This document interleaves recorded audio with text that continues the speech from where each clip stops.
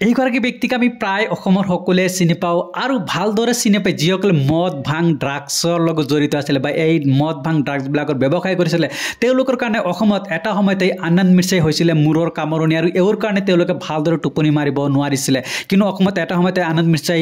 সক্ৰিয়তা লাভ কৰিছিলে প্লাছ সক্ৰিয় হৈছিলে আৰু যাৰ কাৰণে গোটেই অসমৰ লগতে গোটেই ভাৰতবৰ্ষত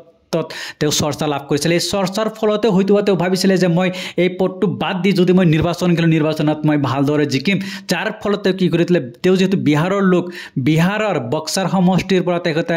নিৰ্দলীয়াকৈ তেওঁ অৱতীৰ্ণ হৈছিলে কিয়নো তেওঁ কোনো দলৰ পৰা টিকেট লাভ কৰা নাছিলে আৰু এই নিৰ্বাচনত তেখেতে ৪৭,৪০৯টা ভোট পাবলৈ সক্ষম হৈছিলে আৰু বিহাৰৰ নিৰ্বাচনী ফলাফলত দেখা গৈছিলে তেওঁ ৪ নম্বৰ স্থান দখল কৰিছিলে ৪৭,৪০৯টা